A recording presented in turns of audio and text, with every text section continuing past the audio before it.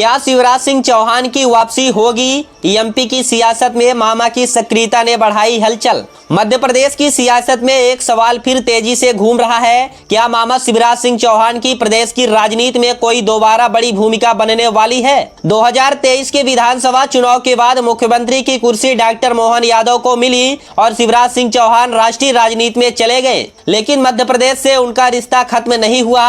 अब उनके लगातार सक्रिय रहने से राजनीतिक गलियारों में नई चर्चाओं ने जोर पकड़ लिया है। करीब 1.5 दशक तक मध्य प्रदेश की सत्ता संभाल चुके शिवराज सिंह चौहान ने प्रदेश की राजनीति में अपनी अलग पहचान बनाई। गांव, किसान, महिलाएं और ग्रामीण मतदाता उनकी राजनीति का मजबूत आधार रहे। मुख्यमंत्री पद से हटने के बाद भी मामा की लोकप्रियता खत्म नहीं हुई। यही वजह है कि जब भी शिवराज सिंह चौहान मध्य प्रदेश से जुड़े किसी भी मुद्दे पर बयान देते हैं, राजनीतिक चर्चा अपने आप तेज हो जाती है। अब असली सवाल यह है कि क्या यह केवल जनसंपर्क है या भविष्य की कोई बड़ी राजनीतिक रणनीति? केंद्र में कृषि मंत्री की जिम्मेदारी संभाल रहे शिवराज सिंह चौहान से जुड़ा प्रदेश में सक्रिय रहना स्वाभाविक भी है, लेकिन जब उनके बयान सीधे मध्य प्रदेश के किसान मुद्दों से जुड़ते हैं और सरकार के सामने सवाल खड़े होते हैं, तब राजनीति में इसके मायने तलाशे जाने लगते हैं। हाल के किसान मुद्दों, खासकर मूंग खरीदी जैसे मामलों पर शिवराज की सक्रियता ने इस चर्चा को और हवा दे दी है। एक तरफ मुख्यमंत्री डॉक्टर मोहन यादव के पास मध्य प्रदेश सरकार की पूरी प्रशासनिक ताकत है, तो दूसरी तरफ शिवराज सिंह चौहान के पास वर्षों से बना जनाधार, संगठनात्मक अनुभव और जनता के बीच मजबूत पहचान है।